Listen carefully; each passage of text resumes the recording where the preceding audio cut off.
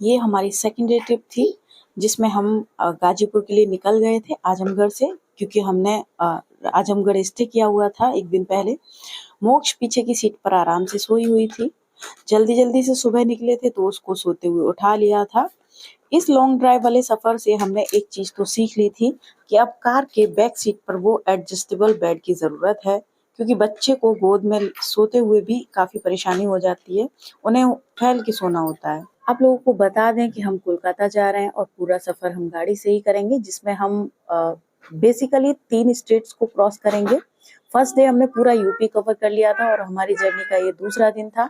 यहाँ से निकलकर हमने सीधा बक्सर में स्टे किया था, जहाँ हमने किया था ब्रेकफास्ट। उसके बाद फौजी साहब बहुत थक गए थे, एक दिन पूरा ड्राइव कंटिन्यू किया था, तो नेक्स्ट डे हमने हेल्प किया और उसके बाद हमने बिहार कवर किया। टारगेट ये था कि हम झारखंड पहुंच जाएंगे।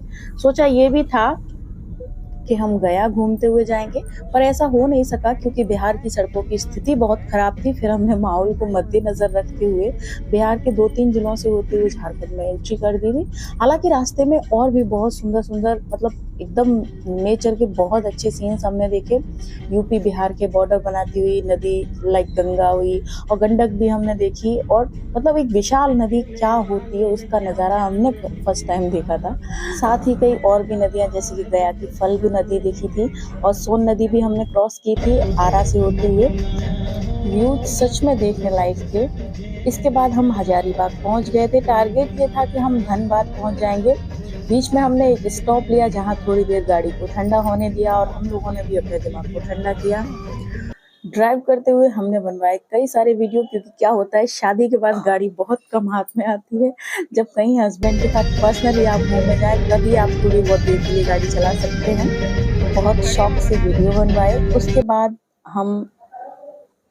उसके बाद निकल गए थे धनबाद की ओर, जहाँ पहुँचते पहुँचते हमें 9 बज गए थे।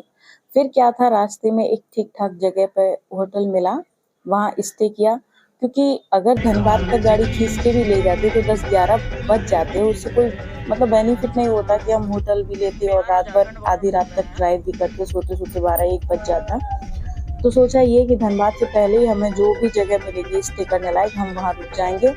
तो हमें एक होटल मिला, वहाँ हम रुक गए और इतने थक चुके थे कि जैसे सोते ही सुबह हो गई और अगली सुबह हम फिर निकल पड़े थे तीसरे दिन की यात्रा पर, जहाँ हमने धनबाद क्रॉस किया और सीधे आसनसोल पहुँच गए थे। और उसके बाद वेस्ट बंगाल में एंट्री मिली, जहाँ हमें मिल गया था वही हमारा पुराना वाला रोड। पुराने वाले रोड का मतलब है कि NH-19, जिसे शेर शाह सूरी ने बनवाया था कभी अमृतसर से कोलकाता तक, जिसे अब ग्रैंड ट्रंक रोड यानी कि GT रोड भी बोलते हैं। हालांकि इस पर कई जगह कंस्ट्रक्शन चल रहा था, रिपेयर किया जा रहा है, तो कई जगह थोड़ा मतलब डिस्टर्ब भी हुए। यहाँ वेस्ट बंगाल और झारखंड के बॉर्डर पर चलते हुए कई सारे नज़ारे देखे, ऐसा लगा कि बादलों में जा रहे हैं ऊपर, क्योंकि ये जो झारखंड का जो क्षेत्र है, कुछ हिस्सा जो है वो एक प्लेटू पर है, जिसको शायद छोटा नागपुर क्षेत्र बोलते हैं अगर मैं गलत नहीं हूँ तो। और ऐसे ही करते हुए तीसरे दिन की यात्रा में हम कोलकाता पहुंच गए थे। अच्छा, कोलकाता का तो अपना ही एक इतिहास है, मतलब कि अंग्रेजों के ज़माने की फर्स्ट डेवलप्ड सिटी, मतलब ब्रिटिश इंडिया ने इसको सबसे पहले अपनी राजधानी बनाया हुआ था, उस हिसाब से इसको डेवलप किया और उसके निशान आज भी यहाँ देखने को मिलते हैं। कई ब्रिटानिया इंडस्ट्रीज यहाँ पे आज भी बनी हुई है। और मतलब मेन चीज़ क्या थी, जो भी पुराने यहाँ पे जो फैक्ट्रीज या कारखाने बने हुए हैं, हर टावर पे, हर फैक्ट्री के टावर पे उसके मतलब सबसे ऊंचे पॉइंट पर उसका ईयर लिखा हुआ है कायदे से। जब आप एक हिस्टोरिकल दृष्टिकोण से देखेंगे तो समझ में आता है कि हाँ, यही वो भारत का शहर है जहाँ से आधुनिक इतिहास का मतलब युग शुरू हुआ था शायद। और फिर हैवी ट्रैफिक जोन क्षेत्र में एंटर करते ही हमने गाड़ी छोड़ दी थी, क्योंकि अभी मेरे हाथ में इतनी सफाई नहीं है। अच्छा, एक चीज़ और, एक मूवी है शायद या वेब सीरीज है, उसका नाम मुझे ठीक से याद नहीं आ रहा है। शायद ये रानीगंज कोयला क्षेत्र पर बनी हुई है या झारखंड धनबाद पे शूट करी गई। तो वो सारे सीन्स यहाँ देखने को मिले थे रास्ते में। झारखंड यानी धनबाद के बाद से और आसनसोल और वेस्ट बंगाल में एंट्री तक यहाँ आप देख पाएंगे कि साइड में जो ऊंचे ऊंचे कोयले के ढेर और ढेर सारा जो पोल्यूशन दिखाया गया है, एकदम से सारा कुछ बिल्कुल ऐसे लग रहा था कि हाँ, उस मूवी के ये सीन वाकई में बहुत हद तक रियलिटी दिखाई गई उसमें। मुझे नाम याद नहीं, शायद आप लोगों को नाम याद हो तो कमेंट कीजिए। धनबाद पे बनी है या फिर रानीगंज कोला क्षेत्र पे बनी है, नाम ठीक से याद, उस शायद मनोज बाजपेयी है उसमें। अच्छा, ये जो आप नज़ारा देख रहे हैं ना, ऐसा लग रहा है जैसे बादलों में चले जा रहे हैं काफ़ी ऊंचाई पे, और मतलब बहुत अच्छा लग रहा था इस हाईवे पे। ये अगर कहा जाए तो शेरशाह सूरी की देन है। हाँ भाई, मतलब इनडायरेक्टली सही। इसकी एक अपनी हिस्ट्री है, मतलब पूरा साउथ एशिया का सबसे पुराना, सोचिए पूरे साउथ एशिया का सबसे लंबा ये राजमार्ग है। अच्छा, उस टाइम सड़क के अपने अपने सब नाम रखे हुए थे। ये मतलब आज से नहीं चला आ रहा है कि आज कोई सत्ता में आई सरकार उसने किसी जगह का या किसी जिले का नाम चेंज कर दिया। ये पुराने टाइम से ही होता आ रहा है। अब जैसे कि अगर बात करें तो मौर्यों ने इस सड़क का नाम रखा था उत्तर पथ, और अगर शेरशाह सूरी की बात करें तो उन्होंने इस रोड को कहा था कि शाह राय आजम सड़क या सड़क ए आजम, ऐसे करके मतलब एक बादशाही सड़क का वो दिया गया था तमगा इसको। उस टाइम ये लाहौर काबुल से भी कनेक्ट थी और बांग्लादेश तक थी, लेकिन अब वही है कि जब से बंटवारा हो गया तब से माना जाता है कि जो पूरा इंडिया का नॉर्थ रीजन है ना, हाँ वाकई ये सही भी है, पूरा नॉर्थ रीजन इंडिया का इस सड़क से जुड़ा हुआ है। अगर बात करें तो सारे स्टेट्स, जैसे कि आपका जितना मैं याद कर पा रही हूँ कि शायद आपका अगर दिल्ली की बात करें, दिल्ली हुआ, पानीपत, करनाल, कुरुक्षेत्र, तो इसमें हरियाणा कवर हो गया, अम्बाला, गाजियाबाद, और आपका अलीगढ़, एटा, कन्नौज, उसके बाद इधर आपका बिहार में मुगल सराय, वाराणसी, उत्तर प्रदेश का ही इलाहाबाद, कानपुर, और आपका सासाराम, और ये औरंगाबाद, धनबाद झारखंड में, फिर आपका आसनसोल, दुर्गापुर, ऐसे करके जितने शहर मैं याद कर पा रही हूँ जो मैं अभी गुजर के आई हूँ। बाकी तो उस टाइम पे जो सड़क की स्टार्टिंग की अगर बात करें तो वो अफगानिस्तान के काबुल से शुरू हो रही थी पश्चिमी छोर में, और ईस्ट में जाके ये आपका बांग्लादेश में चटगांव, चटगांव शायद वही। हाँ, तो ये है अब इसका सुधरा हुआ रूप जो हमारे सामने NH-19 एकदम वीआईपी बढ़िया रोड है। खैर, हिस्ट्री के बारे में तो बहुत हो गया।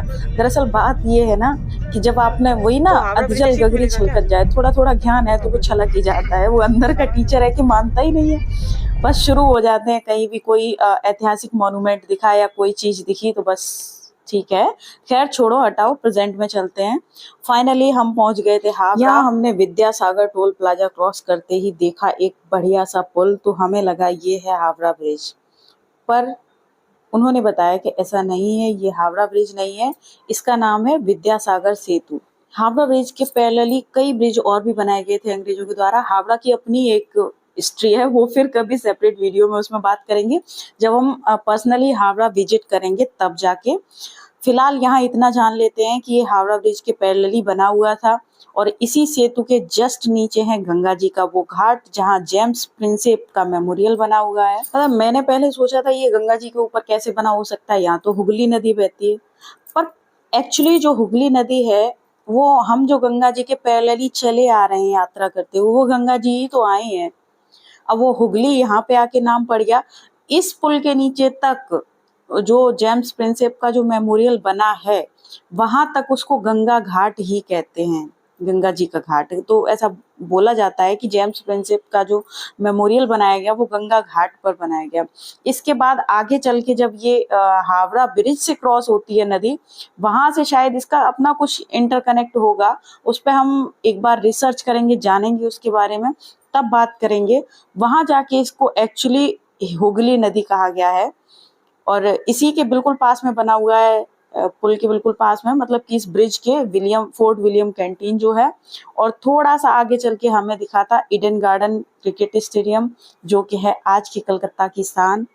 और धीमे धीमे करके हम अपने जो हमारी डेस्टिनेशन थी, हम जहाँ जाके रुके हुए थे प्राइमरी तौर पे, क्योंकि जाते ही हमें रूम नहीं मिला था, रूम देखा गया था पहले से, चीज़ें सब मैनेज करी गई थी, पर हम एकदम से पहले उस रूम तक नहीं पहुंचे थे। हमें रुकाया गया था निजाम पैलेस में, और निजाम पैलेस इसका अपना ही एक अलग है। तब पूरी कैसे बना, किसने बनाया, शुरुआत अंग्रेजों ने की, बाद में रहे इसमें निजाम साहब। ये भी बहुत दिनों में बन पाया था पैलेस, और ऐसा नहीं है, 7 अलग अलग शहरों में निजामों ने बनाया, खरीदा, बेचा। तो वही शाही निजाम महल, जो कि कलकत्ता में अब एक कहा जाएगा अति विशिष्ट अतिथि गृह जहाँ हमने स्टे किया था। इन शॉर्ट में अगर कहें तो वीवीआईपी गेस्ट हाउस बनाया गया है। हालांकि कई सारे डिपार्टमेंट का हेड क्वार्टर भी उसमें चलता है, कई सारे ऑफिसेज उसमें चलते हैं, बहुत बड़े एरिया में बना हुआ है।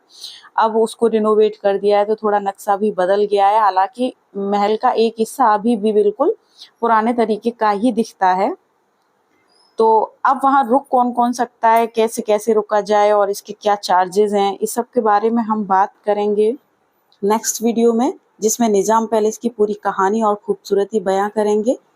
तो मिलते हैं अगले वीडियो में, तब तक के लिए आप लोग हमसे जुड़े रहिए हमारे साथ, और उसके लिए करना पड़ेगा subscribe. Thank you, bye bye.